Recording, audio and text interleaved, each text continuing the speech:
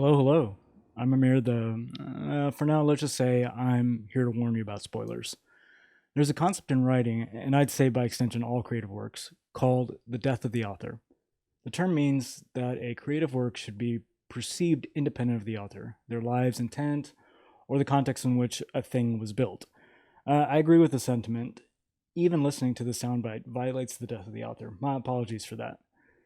Anything and everything outside of a darkroom, the game, including this developer commentary, shouldn't influence your experience. So consider yourself warned. If you're not done exploring every nook and cranny of ADR, I'd strongly recommend you stop at this soundbite and come back when you feel like you're ready to have your interpretation of ADR tainted by what is mentioned hereafter.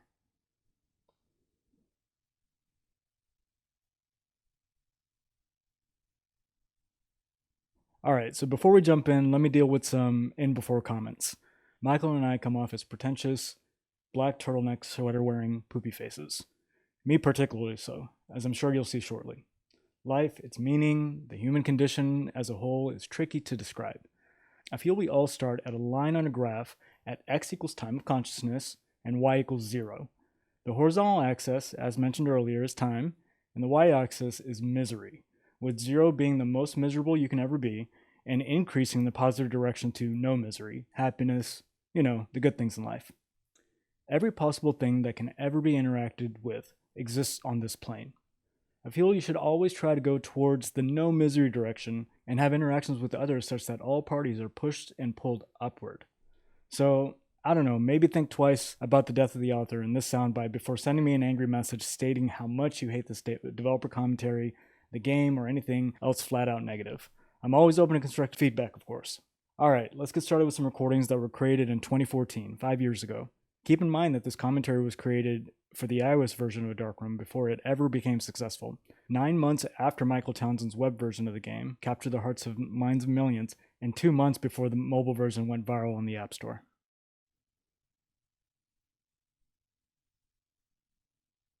Hello Wanderer, I'm Amir, the developer of the iOS version of A Darkroom. Only those that have completed this journey at least once will ever hear this message. I hope you felt a sense of wonder while playing this game. Great care was taken in creating this world. A world that you would be emotionally attached to. I hope you found that A Darkroom was a unique, personal experience, unlike anything in the App Store. Most of all, I hope you found A Darkroom to be a work of art. Aristotle once said, the aim of art is to represent not the outward appearance of things, but their inward significance. The following developer commentary is an exploration of that inward significance. Michael and I will talk about how the game was developed, what influenced this world, secrets that you may have missed in your playthroughs, among other things. I hope your connection to the game will deepen after listening to these sound bites.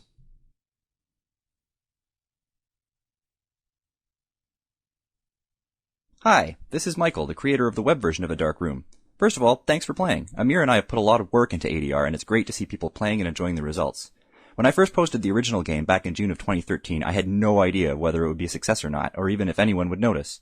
The reception from all corners of the internet has been extremely gratifying, and I'm constantly amazed that something I created has touched so many people. In this commentary, I'm going to focus on the inspiration, creative design, and development of the web-based version of the game. I guarantee that it'll be full of spoilers, so if you're not done thinking about ADR yet, you may want to wait.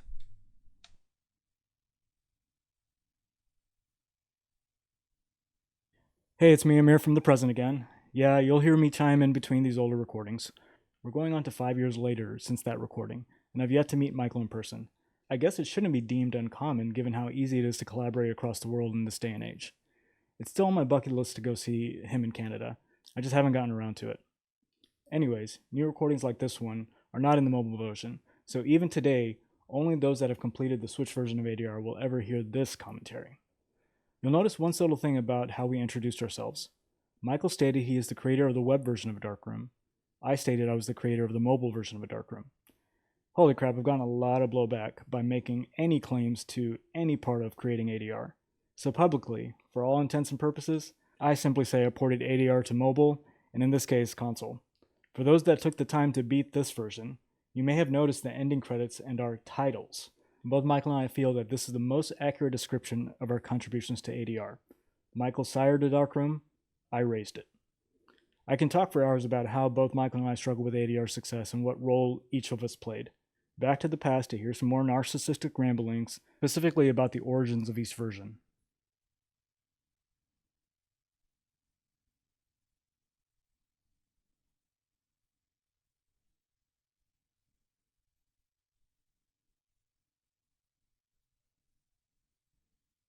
I'd just traded a handful of candies for a wooden sword when it hit me. Anyway's candy box was quite unlike anything I'd played before. Its apparent simplicity hid an extremely compelling core of discovery and imagination. I knew I had to make something like it. I've been developing software since I was a kid, but never actually finished any of my projects. I have a pretty abysmal attention span when it comes down to it. Candy Box proved to me that a lot could come from very little. A game like that could be completed before my attention waned and I ran off after the next shiny object.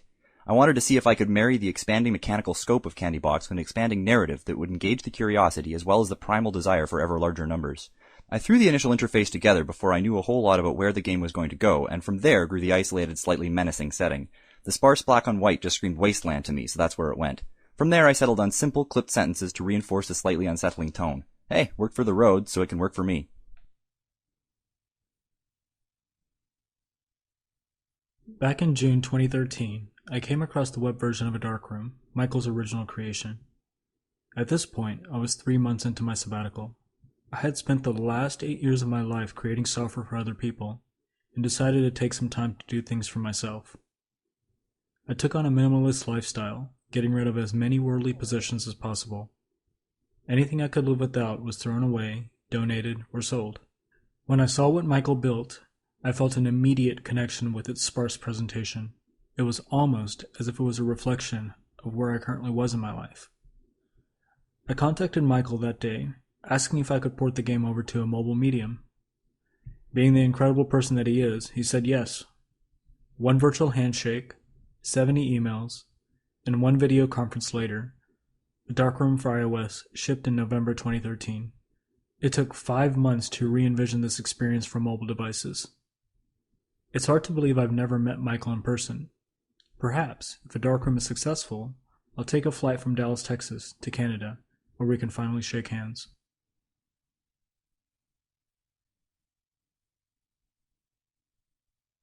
Holy crap, I sound a little despondent there. Meh. Probably really hasn't changed. I do remember the sabbatical I took. I was 29, turning 30, and was completely burned out from the soul-sucking world of corporate America. I was gainfully employed as a software architect, but unfulfilled really. I'd have a 1-hour commute to work, 8 hours of working in a cubicle, around people that didn't care about the work that they did. Also, I can drive home for an hour, to a bunch of things I didn't really need. And all for what? So I could do it all over again the next day? After 7 years, that took a toll on me. That's when I decided I needed to make a change and did the massive sell-off of all my stuff and took a sabbatical. It was a great experience. I'm sure that if ADR wasn't successful, I wouldn't be saying that. And today I'm even more aware of how lucky I was that the time I took off didn't ruin me financially, and that the only big mistake I made was giving away my GameCube and Smash Bros. Melee. Yeah, that one still hurts. But like seriously, in hindsight, it was really stupid to rage quit like I did, and I was incredibly lucky for the success I experienced.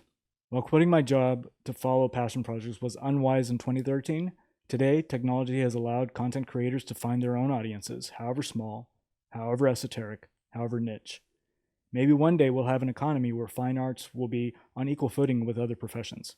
Maybe one day parents won't look at their kids with worry when they say, I want to be a singer, musician, artist, game maker when I grow up. Maybe one day people will realize that the pursuit of stuff in exchange for time just isn't worth it. But probably not.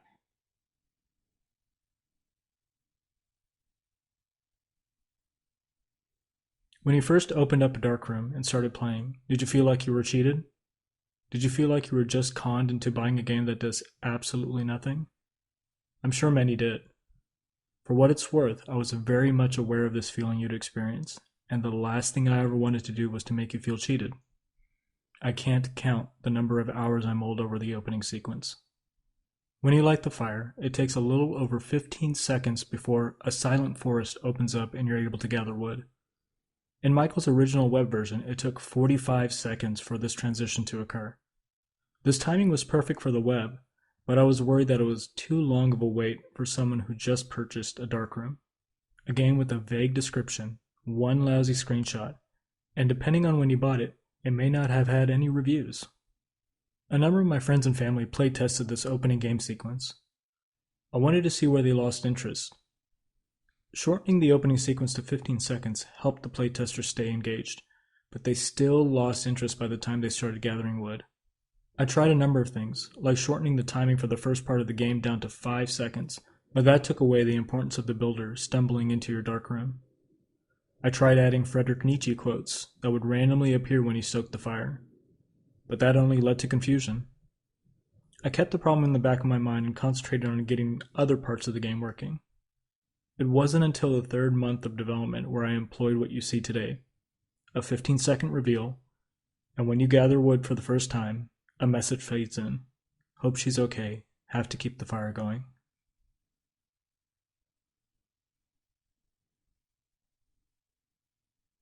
Like Amir, I agonized over the opening sequence. I figured I'd lose a vast majority of my players in the space between the initial engagement and the first surprise. That time is important for an idle game, though, so I couldn't just cut to the chase. That very first expansion is what teaches the player that things will get bigger, and that curiosity about where things will go next is a major aspect of the genre. In the original draft, the timing for Builder to recover was longer, and the fire died more quickly. The result was that if you lit the fire and then went away to do something else, the fire would die before Builder woke up and the game would grind to a halt. This was a problem, since one of the fundamentals of idle games is the ability to leave them alone and still progress. I wanted there to always be something new on the screen when the player tabbed back. With that in mind, I tightened the timings and gave Builder the ability to stoke the fire and gather a little bit of wood. In the final game, all that is required is the initial lighting of the fire. Builder will take over from there. A distracted player will return to find the forest unlocked and a bunch of narrative in their feed.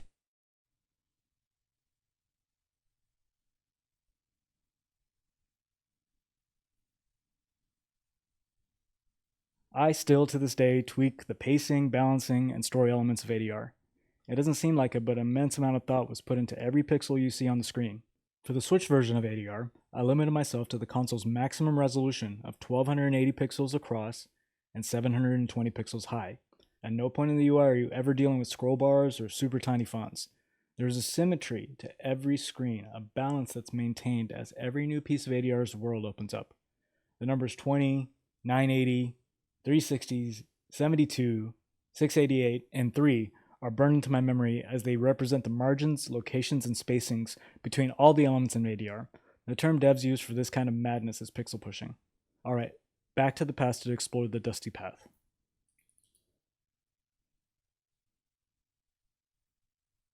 Interesting story about my experience with the Dusty Path. I never actually went onto the path when I played the web version of the game. When I first came across Michael's creation, and the idea of the port came to mind, I wanted to start working on it immediately. I had bought the compass and had built the smokehouse, but never went onto the path itself. In the web version of the game, the embark button is actually disabled until you have cured mead. This was changed in the mobile version. I had been developing a darkroom for a month now. The resource production part of the game was mostly complete. You could build a tannery, smokehouse, and buy a compass. Only then did I really take a long, hard look at what was involved with the Dusty Path. I'll try to put it in relative terms. The size of a darkroom, if I printed out all the code as a single document, would have been around 150 pages long, the size of a small novel. The code for a Dusty Path would have taken up 95 pages of this document. When I first explored the snapshot of the Dusty Path code that Michael sent me, I'm sure I felt what you felt the first time you embarked. Suddenly, this game that was a simple, elegant resource management simulation became something very vast and complex. It took 5 months of work to provide you with this complete journey that most complete in 3 hours. And that time doesn't include the work Michael initially put into the web version of this game. I tried to think about how time passes in the small world that was created. I like to say that a week passed within the world of a darkroom for every minute of gameplay you put in. I hope that puts the entire journey into perspective, from development to the final cutscene.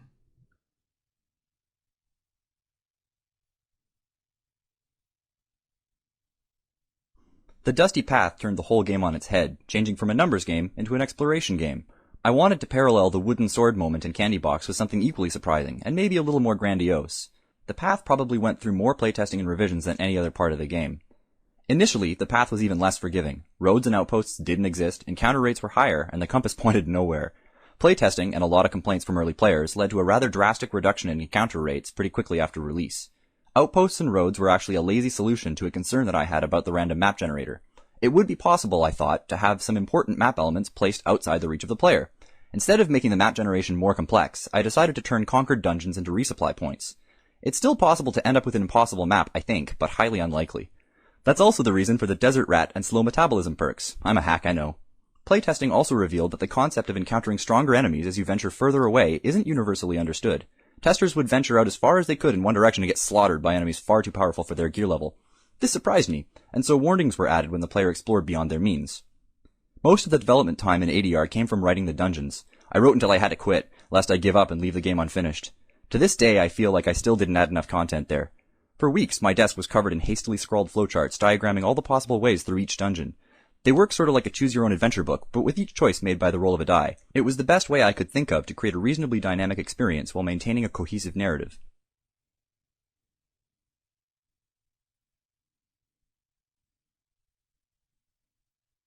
As you heard, Michael spent an immense amount of time with the narrative elements of the path.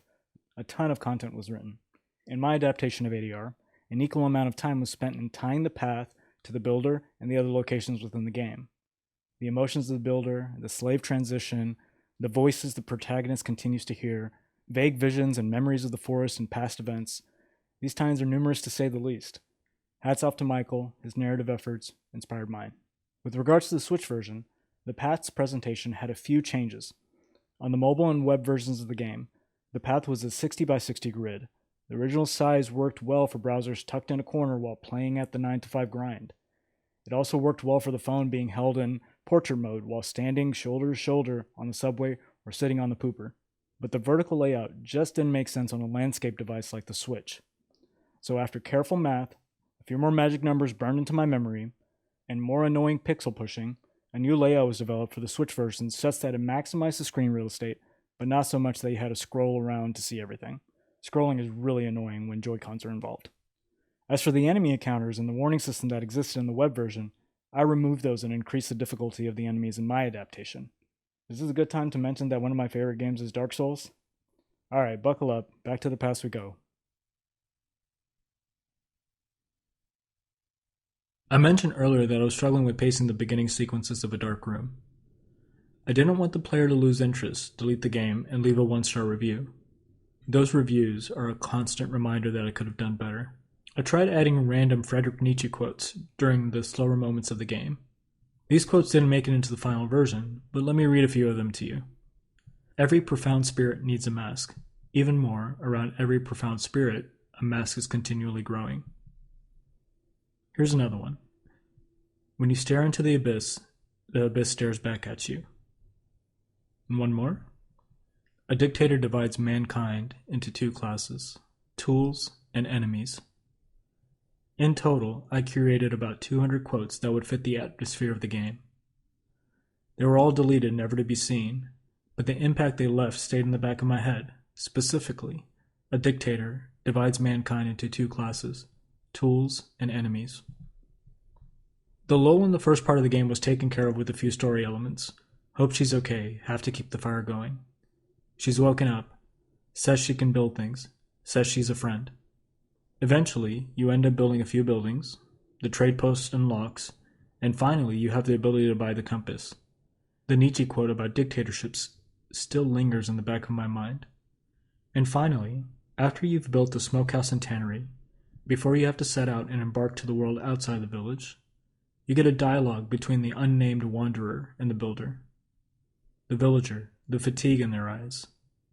Back-breaking labor, no rest for the villagers. Make them work day and night.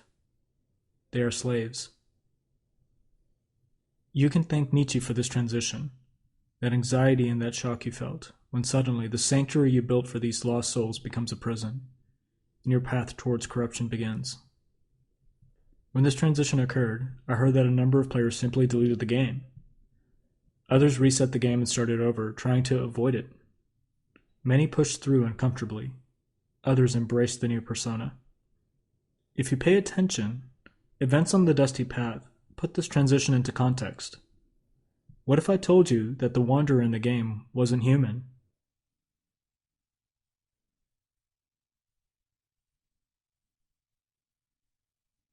The original plot of ADR was a much more straightforward story of resistance against an occupying force. To my great benefit, a friend mentioned to me that a Chinese box-style narrative would suit the mechanics that I was building. It was then that the twist was added. As the player opens up new mechanics, the scope of the game zooms out to reveal more and more of the world.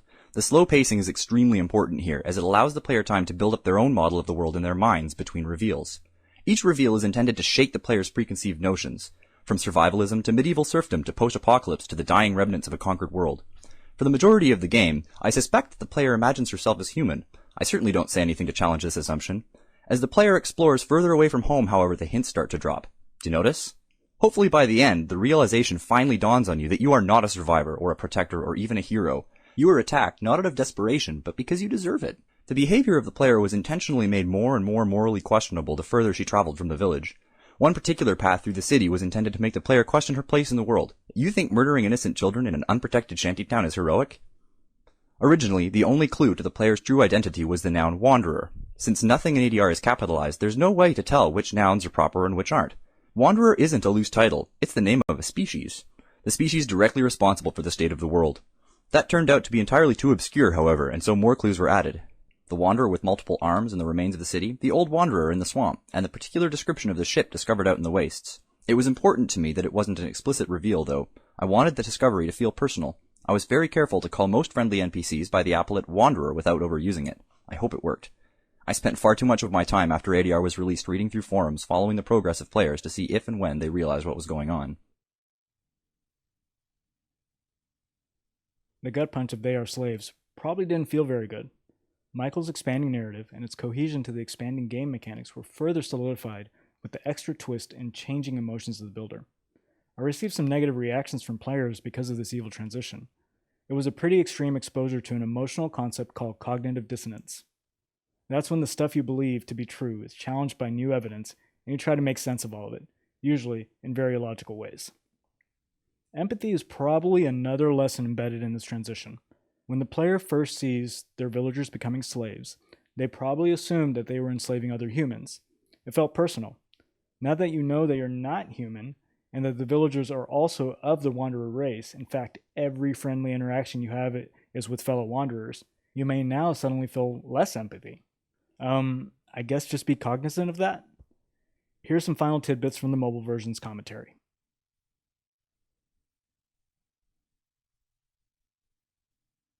In the web version of the game, there are no storyline elements that appear when you gather wood. That was something unique that was added to the mobile version. It's my small creative mark in Michael's post-apocalyptic world.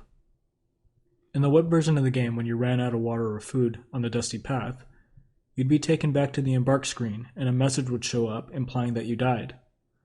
For me, the death and revival without a reason was a plot hole. I know it's common in video games that you can just come back to life without explanation, but I wanted to leave something a bit more explicit for the player to hang their imagination onto. The first time you die on the dusty path, you get the following dialogue. Died out there, sure of it. Saw her face before collapsing, a glowing locket around her neck. Brought back to life by her, how? And the second time you die, she looks weary, almost as if every death affects her too. The locket around her neck glows brightly, a healing light. I felt that these two pieces of dialogue helped explain how you were coming back to life after every death. It also added a bit more mystery to the builder, and probably brought a bit more anxiety with regards to what would happen to her if you continued your journey. When the builder finally vanishes from the game, she leaves the locket behind, which becomes an artifact that's always equipped. This serves as another game element when it's time to start searching the world for alien alloys. I wish I could say that the story had some grand design from the beginning. It turns out to be an evolutionary progression, inspired by Michael's world, and techniques to keep players engaged through the slower points of the game. I don't think it could have been created any other way, and I'm glad where it ended up.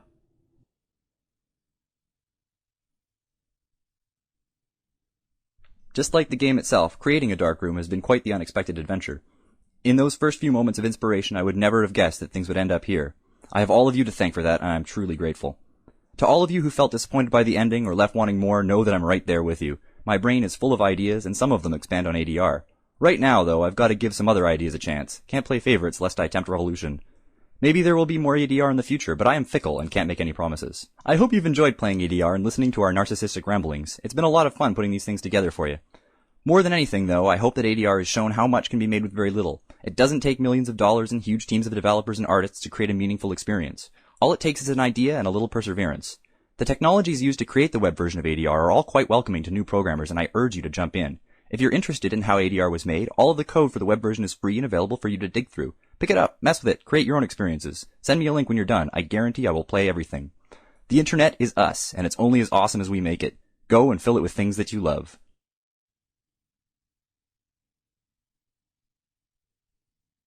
I need to do some old man ranting to wrap things up, but first, I want to give the floor to Thomas and Circle Entertainment, my publisher. Getting access to all the tools you need to build a game for the Nintendo Switch is not easy at all. I have rejection emails from Nintendo to prove it. That was a really sad time for me. But Circle took the time to find the inward significance of a darkroom. I'll let Thomas elaborate.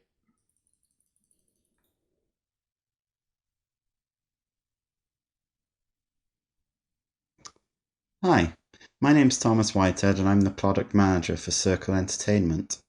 We're the publishers for Darkroom on Nintendo Switch. First of all, thank you so much for supporting and playing the game. I thought I'd talk briefly about why we wanted to publish a Darkroom and a little about my time playing it. When we look for games to publish on Nintendo Switch, we try to look for multiple things. Games that are good quality, for starters, and also titles that offer something different for the system. The latter's getting harder, of course, because the Switch eShop has become an incredible store for innovative and high-quality download and indie games. The hybrid nature of the system means it attracts games designed for larger screens, it attracts portable titles, and everything in between. As a result, it's a bit of an indie powerhouse, the Switch eShop, and its library makes finding entirely unique games pretty difficult because a lot of genres, a lot of styles are pretty well covered now. A Dark Room, though, I think fits the bill.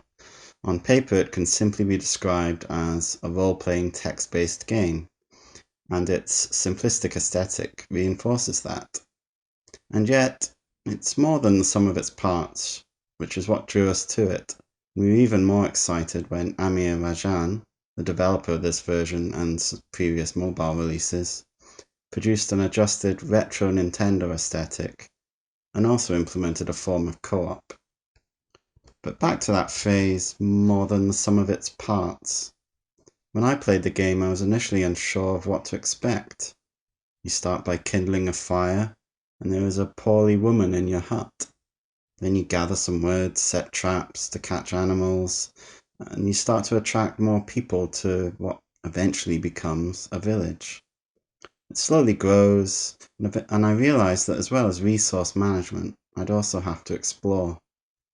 Of course, this is all represented just by text boxes, albeit they're placed and designed to deliver time-based gameplay. Instinctively, then, I started to visualize the first hut, the early buildings and the people, in my mind. As I set off on an expedition for the first time, I imagined the woods, the mines, towns and buildings as I played. It started to become an engaging, interactive novel to me.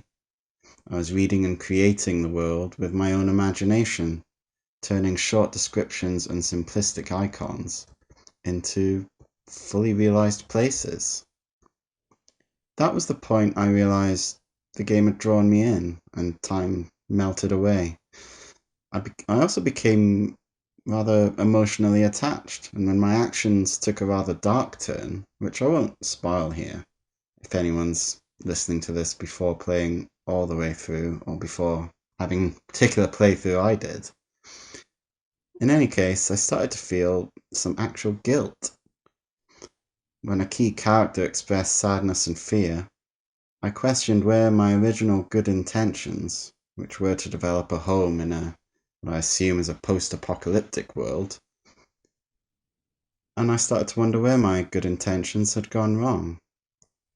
Yet in my first playthrough, I just pushed on, feeling an urge to continue, explore and find out what this world and its emerging story really meant. And then there were more curveballs, and my imagination just rolled with it. I kept creating the world in my own mind as I managed resources, explored further, and improved my capabilities, developing new things. And through all this, the screen may just show text boxes, very simple animations, and basic icons, but in my head, there was a fully realized world for the story and events. In that way, I played the game in a way that only I can. Likewise, you'll experience the game in a way that only you can. And I think that's what makes a dark room special, when all is said and done. The blend of subtle narrative, world building, and its minimalist aesthetic have an entrancing effect. It reminds me, also, of how games can still surprise and challenge us. You may play through and be unhappy with the actions you took, so you may try again for a more ethical run. You'll also picture the world differently from any other player, carrying out the same actions. In that sense, you make the game in a dark room. It gives you the framework, yes, but you're the creator. And that's why, for me, a dark room is memorable. And we're certainly very proud to have shared it on Nintendo Switch, and I hope you've had a great time playing it as well. Thank you.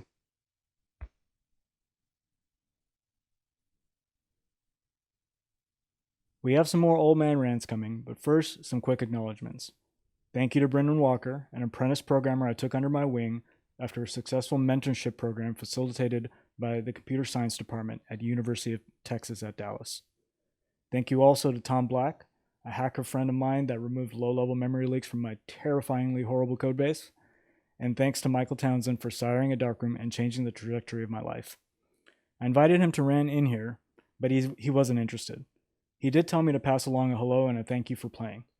Be sure to check out his original version of A Darkroom and his other title, Gridline, which are both available at doublespeakgames.com. So Raphael Lagani Smith, the composer for A Darkroom and one of my other games, did oblige me with some commentary. No, I haven't met him in person either, but one day I'll make my way down to Brazil and I'll give him a big manly hug. Let's hear what Raph has to say.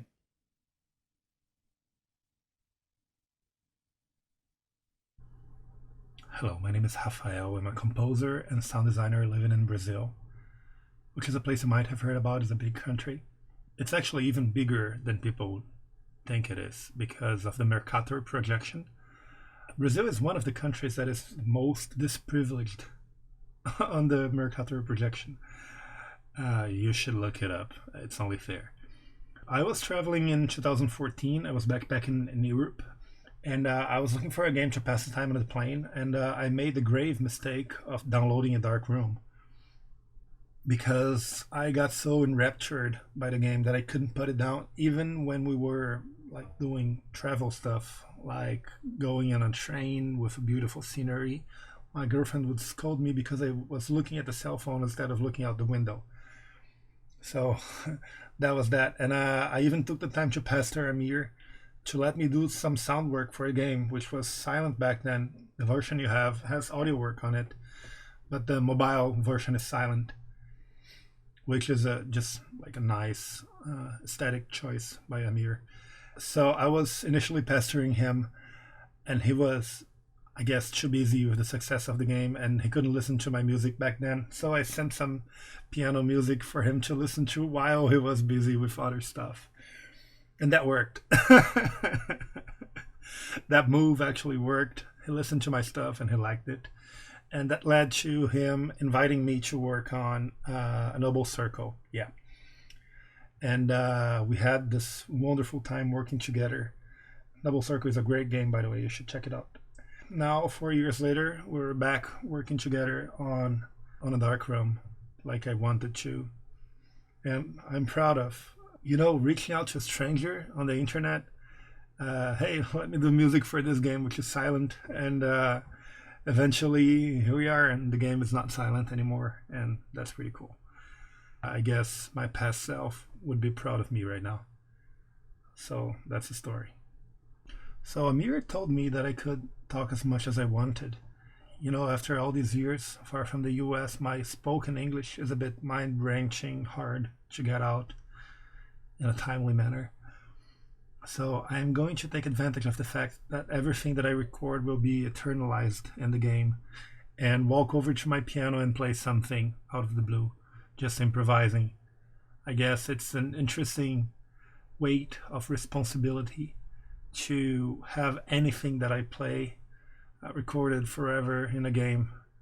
I'm not going to edit it or anything. Whatever happens is what happens. So let's go.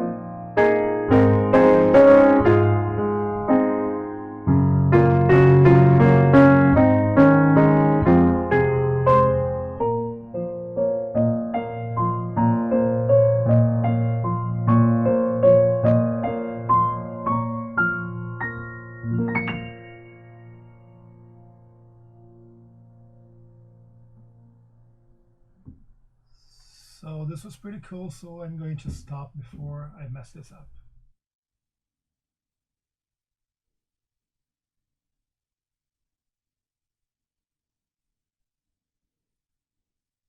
So we have Thomas from Circle providing the path to Nintendo and Rolf contributing the unsettling sounds of ADR. I'd like to give the floor now to Ryan Gordon. The game industry has some standards and best practices. I rarely adhere to them. Usually, this evangelism of best practices are driven by rhetoric as opposed to logic. I'll spare you the details. The game engines and computer languages I used in building a darkroom are definitely what I'd like to call off-meta. Ryan made sure my crazy ideas actually worked on the device. He's a hacker, a term that is lauded highly and received affectionately within the developer community. It doesn't bear the negative connotations that are portrayed by Hollywood. This guy, man, he has contributed so much of his free time to open source software, as do Michael and myself. But a darkroom switch wouldn't have been possible if it wasn't for the low-level libraries he's authored over the past decade. I'm standing on the shoulders of a beast of a systems engineer. Ryan contributes heavily to a C library called libstl. SDL stands for Simple Direct Media Layer. The final lines of code for a darkroom is a little over 14,000 lines. But that monstrous codebase that is libstl is sitting at 250,000 lines right now, and Ryan is its steward. Let's hear from Ryan and see what he has to say.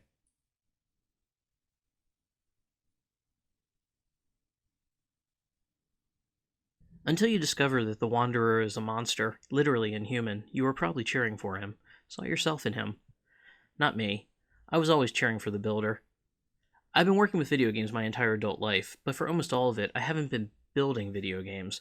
Mostly I stumble into camp, put up a few huts for some disinterested master, and vanish again without a word. I make tools and fix problems.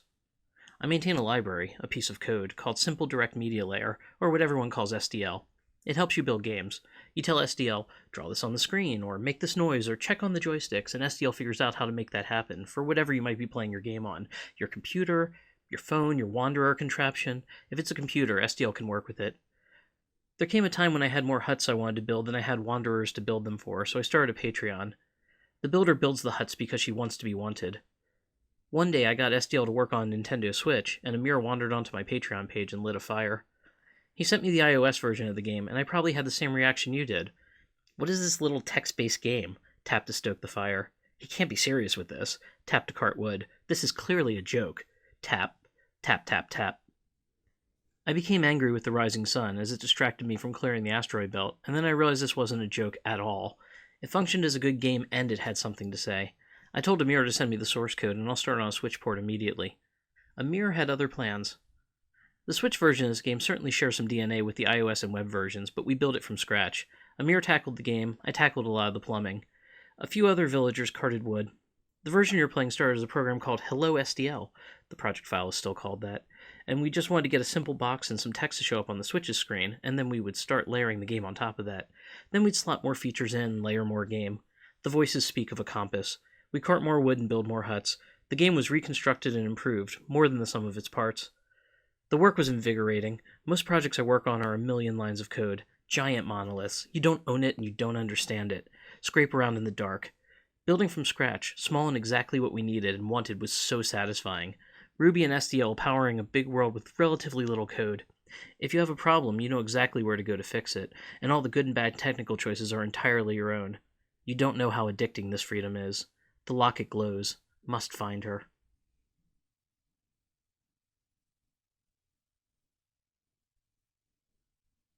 Okay, finally my turn. I grew up playing video games. My very first console was the Atari. From there, my love for video games grew with the NES, playing Super Mario Bros., Teenage Mutant Ninja Turtles 2, and Chip 'n Dale Rescue Rangers.